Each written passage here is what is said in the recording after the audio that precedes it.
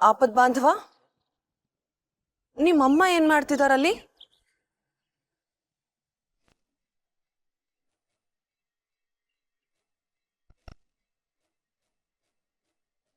ಬೀಡೆ ತೊಲಗ್ತು ಅಂತ ಇವತ್ತಾದ್ರೂ ನೆಮ್ಮದಿಯಿಂದ ನಿದ್ದೆ ಮಾಡ್ತೀನಿ.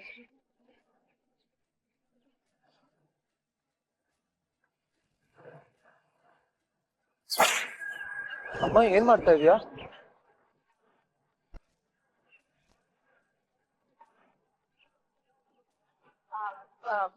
ಗಿಡ ನೆಡ್ತಾ ಇದ್ದೆ. ಏನು ಗಿಡ ನೆಡ್ತಾ ಇದೀಯಾ? ಇವತ್ ಏನಾಗಿದೆ ಅಮ್ಮ ನಿಂಗೆ? ಬೆಳಗ್ಗೆ ಹುಷಾರಿಲ್ಲ ಅಂದೆ, ನಾನ್ ಡಾಕ್ಟರ್ ಕರೆಸ್ತೀನಿ ಅಂದಾಗ ಬೇಡ ರೆಸ್ಟ್ ತಗೊಳ್ತೀನಿ ಅಂದೆ. ಆಮೇಲೆ ಆ ಪದಕ ಬಿಸಾಕ್ದೆ. ಈಗ ನೋಡಿದ್ರೆ ಗಿಡ ನೆಡ್ತಾ ಇದೀನಿ ಅಂತಿದ್ಯಾ. ನನಗೇನು ಅರ್ಥ ಆಗ್ತಾ ಇಲ್ಲ ಅಮ್ಮ. ಮನ್ಸ್ ಹಗುರ ಆಗ್ಲಿ ಅಂತ ಹೊರಗಡೆ ಬಂದೆ ಪ್ರದ್ಯುಮ್ನ. ಈ 2-3 ದಿವಸದಿಂದ ನಡೀತಾ ಇರೋದ್ ನೆನ್ಸ್ಕೊಂಡ್ರೆ ನನ್ ತಲೆ ಸಿಡಿತಾ ಇದೆ. ನಿಮ್ಮಪ್ಪ ಹಠ ಮಾಡಿ ನಿನ್ನ ಕಾಡು ಕಳ್ಸಿದ್ರು, ಆಮೇಲೆ ನಿನ್ ಗೆಲ್ದೆ ಇರೋ ಹಾಗೆ ರೌಡಿಗಳನ್ನ ಕಳ್ಸಿದ್ರು. ಈಗ ಪೂಜೆ ಕೂರಲ್ಲ ಅಂತ ಇದ್ದಾರೆ. ಯಾಕೋ ತುಂಬಾ ಭಯ ಆಗ್ತಾ ಇದೆ. ಗಾರ್ಡನಿಂಗ್ ಮಾಡಿದ್ರೆ ಮನ್ಸ್ ಬೇರೆ ಕಡೆ ಹರಿಯುತ್ತೆ, ಸ್ವಲ್ಪ ಸಮಾಧಾನ ಆಗ್ಬೋದೇನೋ ಅಂತ ಬಂದೆ. ಹೋಗ್ಲಿ ಬಿಡು, ಈಗ ಸಮಾಧಾನ ಆಯ್ತಾ? ನೀನ್ ಖುಷಿಯಾಗಿದ್ರೆ ನಂಗೆ ಅಷ್ಟೇ ಸಾಕು ಪ್ರದ್ಯುಮ್ನ. ನೆಮ್ಮದಿ ಸಮಾಧಾನ ಎಲ್ಲ ಇರುತ್ತೆ. ಅಲ್ಲ, ನೀನ್ ಹೀಗೆಲ್ಲ ಮಾಡಿದ್ರೆ ನಾನು ಹೇಗ್ ಖುಷಿಯಾಗಿರ್ಲಿ ಹೇಳು? ನೀನ್ ರೆಸ್ಟ್ ತಗೋಬೇಕಮ್ಮ. ಇಲ್ಲ, ನೀನ್ ರೆಸ್ಟ್ ತಗೋಬೇಕು. ನಾಳೆ ಉತ್ತರಾಧಿಕರಣ ಇದೆ. ಅರಣ್ಯ ಪ್ರವೇಶ ಮಾಡಿ ಸುಸ್ತಾಗಿರುತ್ತೆ ನಿನಗೆ. ನನ್ ಬಗ್ಗೆ ಅಷ್ಟೊಂದು ಯೋಚನೆ ಮಾಡ್ಬೇಡಮ್ಮ. ಮೊದಲು ನೀನ್ ಹುಷಾರಾಗ್ಬೇಕು. ಬಾ.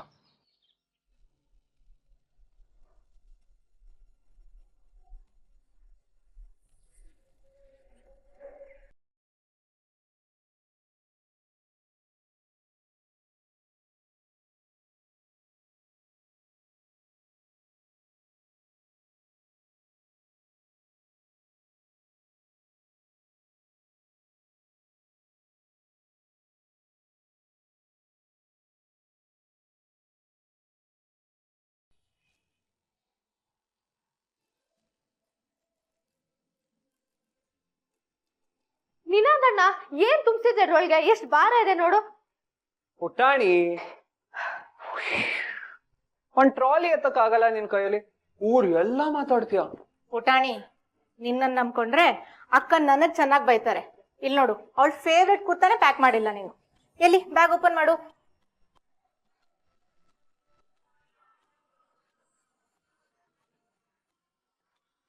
ಇಲ್ಲೇನ್ ಮಾಡ್ತಾ ಇದ್ದೀರಾ ಎಲ್ರು?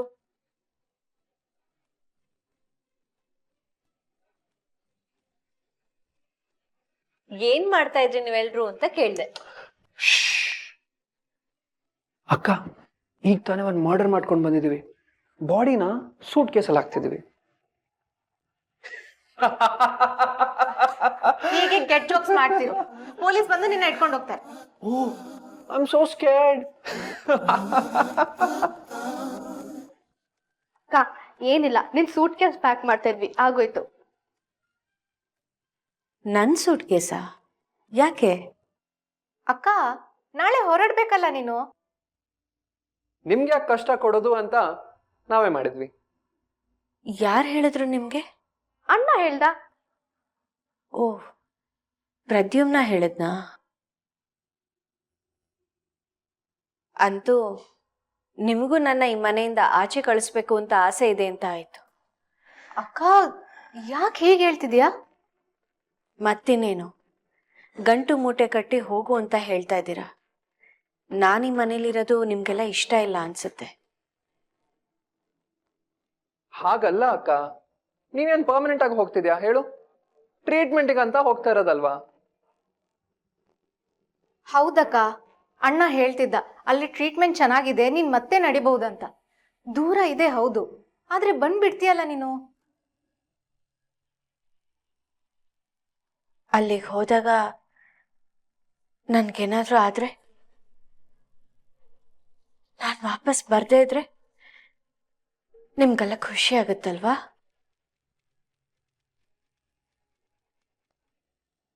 ಯಾಕಕ್ಕ ಏನೇನೋ ಹೇಳ್ತೀಯಾ? ಬಿಟ್ಟು ಅನ್ನು ಅಕ್ಕ, ನಿನ್ಗೇನು ಆಗಲ್ಲ.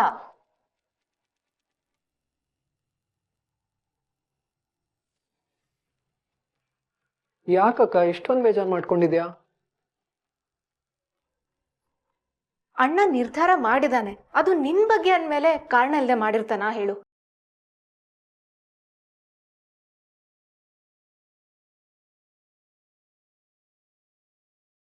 ಅಕ್ಕ ಅಳ್ಬೇಡ, ನೀನ್ ಹತ್ರ ನಮಗೂ ಅಳು ಬರುತ್ತೆ.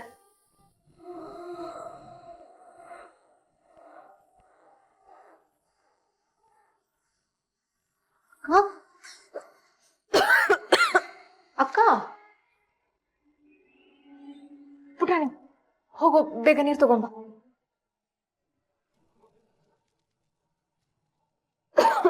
ಬೇಗ ತಗೊಂಬ ಪುಟಾಣಿ.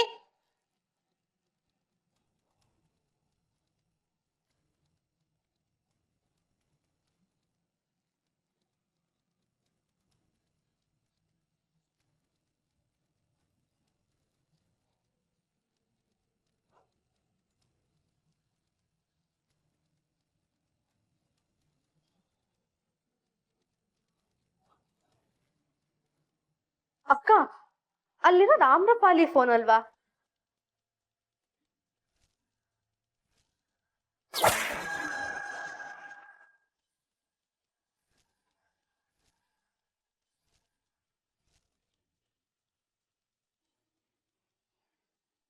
ಇಲ್ಲೇನೂ ಇಲ್ಲವಲ್ಲ. ಆಪತ್ ಬಾಂಧವನ ತಾಯಿ ಗಿಡ ನೆಡುತ್ತಿದ್ದೇನೆ ಎಂದರು. ಇಲ್ಲಿ ನೋಡಿದರೆ ಖಾಲಿ ಇದೆ. ಮತ್ತೇನು ಮಾಡುತ್ತಿದ್ದರು? ಆಪತ್ ಬಾಂಧವ ಹೇಳಿದ್ದು ನಿಜ. ಅಮ್ಮ ನಿಜವಾಗಿಯೂ ಇಂದು ವಿಚಿತ್ರವಾಗಿಯೇ ಆಡುತ್ತಿದ್ದಾರೆ. ನನ್ನ ಬಳಿ ಸಮಯವಿಲ್ಲ. ಬರೀ ಪ್ರಶ್ನೆಗಳೇ ಕಾಣಿಸುತ್ತಿವೆ. ಉತ್ತರಗಳು ಎಲ್ಲೂ ಸಿಗುತ್ತಿಲ್ಲ. ಏನು ಮಾಡಲಿ ನಾನು? ಪಿತಾಶ್ರೀ ಅಪಾಯದಲ್ಲಿದ್ದಾರೆ. ಅವರನ್ನು ಹೇಗೆ ರಕ್ಷಿಸಲಿ? ಒಂದೂ ಗೊತ್ತಾಗುತ್ತಿಲ್ಲವಲ್ಲ.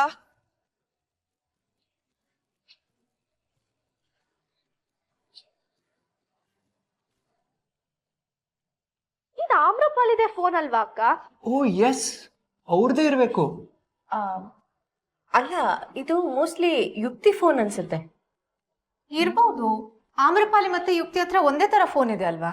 ಇಲ್ಲ, ಯುಕ್ತಿ ಅವಳ ಫೋನ್ ಕವರ್ ಹಾಕಿದಾಳೆ. ಇದು ಆಮ್ರಪಾಲಿದೆ. ಈಗ ನಿನ್ ರೂಮ್ ಹೆಂಗ್ ಬತ್ತಕ್ಕ?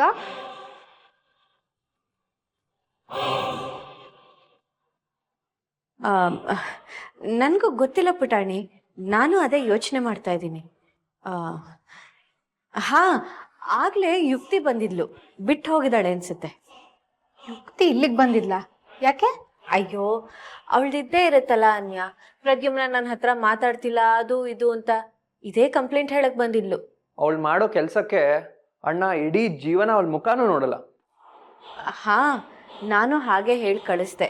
ಅವಳು ಬಂದಾಗಲೇ ಬಿಟ್ಟು ಹೋಗಿದ್ದಾಳೆ. ಅವಳ ಫೋನ್ ಅಂತ ಅನ್ಕೊಂಡು ಆಮ್ರಪಾಲಿ ಫೋನ್ನ ತಗೊಂಡ್ ಬಂದಿದ್ದಾಳೆ ಅನ್ಸುತ್ತೆ. ಇಲ್ಲ ಅನ್ಯ, ಅವಳು ಬೇಕು ಅಂತಾನೆ ಆಮ್ರಪಾಲಿ ಫೋನ್ ತಗೋ ಬಂದಿದ್ದಾಳೆ. ಬೊಗಳೆ ಬಿಡ್ಬೇಡ ಪುಟಾಣಿ. ಆ ಕರಿಬೇಡ ನನ್ನ. ನಿನ್ನೆ ವಜ್ರಗಿರಿಲಿ ಆಮ್ರಪಾಲಿನ ಫೋನ್ ಕೊಡು ಅಂತ ಕೇಳಕ್ ಬಂದಿದ್ಲು.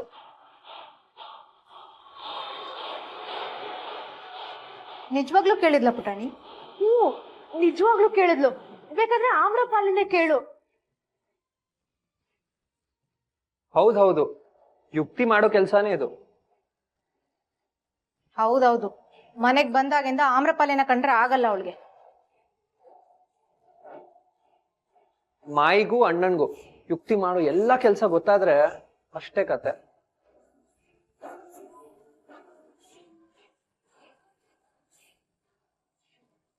ಪಾಪ, ಮನೇಲಿ ಎಲ್ರೂ ನಾಳೆ ನಾನು ಹೋಗ್ತೀನಿ ಅಂತ ಅನ್ಕೋತಾ ಇದ್ದಾರೆ. ಆದ್ರೆ ನಾಳೆ ಆಮ್ರಪಾಲಿ ಈ ಮನೆಯಿಂದ ಪರ್ಮನೆಂಟಾಗಿ ಹೊರಟು ಹೋಗ್ತಾಳೆ ಅಂತ ಯಾರಿಗೂ ಗೊತ್ತಿಲ್ಲ.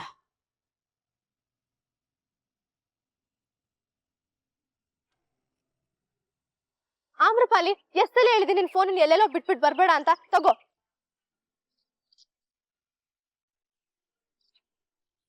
ಏನಾಯ್ತು ಆಮ್ರಪಾಲಿ? ಅಪ್ಪನ ಬಗ್ಗೆ ಯೋಚನೆ ಮಾಡ್ತಾ ಇದ್ಯಾ? ಏನು ಆಗಲ್ಲ ಆಮ್ರಪಾಲಿ, ಎಲ್ಲ ಸರಿ ಹೋಗುತ್ತೆ.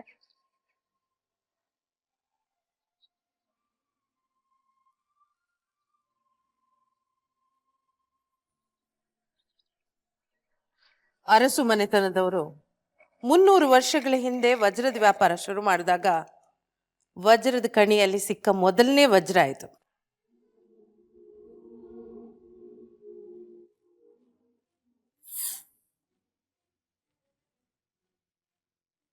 ಅರಸು ಮನೆತನದ ಉತ್ತರಾಧಿಕಾರಿ ಪಟ್ಟ ಕಟ್ಟಿದಾಗ ಇದನ್ನ ಕೊಡೋದು ಪದ್ಧತಿ.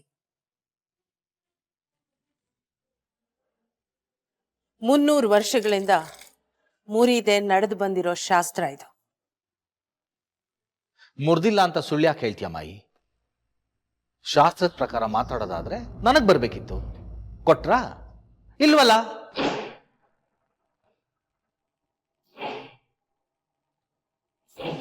ಅಪ್ಪ ನನಗೆ ಉತ್ತರಾಧಿಕರಣನ ಮಾಡೋದೇ ಇಲ್ಲ ಅನ್ಬಿಟ್ರು. ಅದಕ್ಕೆ ಕಾರಣ ಏನು ಅಂತಾನೂ ಗೊತ್ತು ನಿನ್ಗೆ. ಗೊತ್ತಿಲ್ಲದೆ ಇರೋ ಹಾಗೆ ನಾಟಕ ಮಾಡಬೇಡ. ಯಾಕೆ? ನಾನು ದೇವಿಯಾನಿನ ಪ್ರೀತಿ ಮಾಡಿದೆ ಅಂತನಾ? ಪ್ರೀತಿ ಸಮಸ್ಯೆ ಅಲ್ಲ ಸತ್ಯ. ಅಪ್ಪನ ಮಾತಿಗೆ ಧಿಕ್ಕಾರ ಹಾಕಿ ಮನೆ ಬಿಟ್ಟು ಹೊರಟಿಯಲ್ಲ ಅದು. ಈಗ ಪ್ರೀತಿ ಸಮಸ್ಯೆ ಅಲ್ಲ ಅಂತ ಹೇಳ್ತಾ ಇದೀಯಾ? ಅವತ್ತು ನಿಮಗೆ ಪ್ರೀತಿ ಒಪ್ಪಿಗೆ ಆಗಿದ್ರೆ ನಾನು ಯಾಕೆ ಮನೆ ಬಿಟ್ಟು ಹೋಗ್ತಾ ಇದ್ದೆ? ಈಗ ಹಳೆ ವಿಷಯ ಎಲ್ಲ ಯಾಕೆ ಎದಕ್ಬೇಕು? ಚೆನ್ನಾಗಿದೆ, ನೀವೇನು ಬೇಕಾದ್ರೂ ಹೇಳ್ಬೋದು, ಸುಳ್ಳು ಸೃಷ್ಟಿಸ್ಬೋದು. ಆದ್ರೆ ನಾನು ಒಂದು ಮಾತಾಡ್ಬಿಟ್ರೆ ಅದು ದೊಡ್ಡ ಅಪರಾಧ ಆಗ್ಬಿಡುತ್ತೆ ಅಲ್ವಾ? ನಿನ್ನ ಹತ್ರ ಜಗಳ ಆಡೋಕಾಗ್ಲಿ ಮನಸ್ತಾಪ ಮಾಡ್ಕೊಳಕಾಗ್ಲಿ ಇಷ್ಟ ಇಲ್ಲ ಸತ್ಯ ನಂಗೆ. ನಾಳೆ ಪೂಜೆಗೆ ಸಂಪ್ರದಾಯದ ಪ್ರಕಾರ ಅಪ್ಪ ಕೂತ್ಕೋಬೇಕು. ಪ್ರದ್ಯುಮ್ನ ಅರಣ್ಯ ಪ್ರವೇಶ ಮಾಡಿದ್ರೆ ಪೂಜೆ ಕೂತ್ಕೊಳ್ತೀನಿ ಅಂತ ಹೇಳಿದೆ. ಆದ್ರೆ ದೇವ್ರ ಸನ್ನಿಧಾನದಲ್ಲಿ ಮಾತು ಮುರಿದೆ. ಕೊನೆ ಸಲ ಹೇಳ್ತಾ ಇದ್ದೀನಿ, ನಾಳೆ ಪೂಜೆ ಕೂತ್ಕೊ. ಅಷ್ಟು ಸಂಪ್ರದಾಯ ಅಂತ ಮಾತಾಡೋರು ಮಗನಿಗೆ ಪಟ್ಟ ಕಟ್ಟುವಾಗ ಮರ್ತೋಯ್ತಲ್ವಾ? ಪದೇ ಪದೇ ಹಳೆ ವಿಷಯ ಕೆದಕಿ ಏನ್ ಸಿಗತ್ತೆ ಸತ್ಯ ನಿನಗೆ?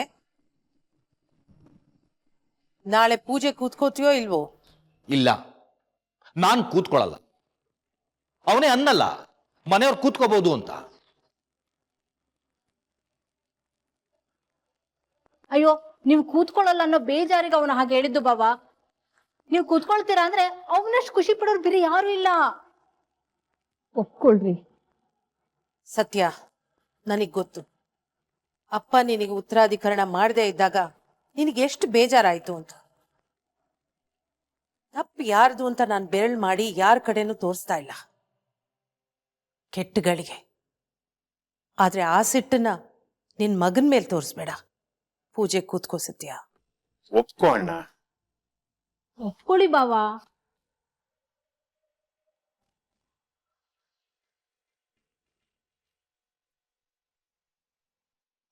ಆಯ್ತು, ಕೂತ್ಕೋತೀನಿ.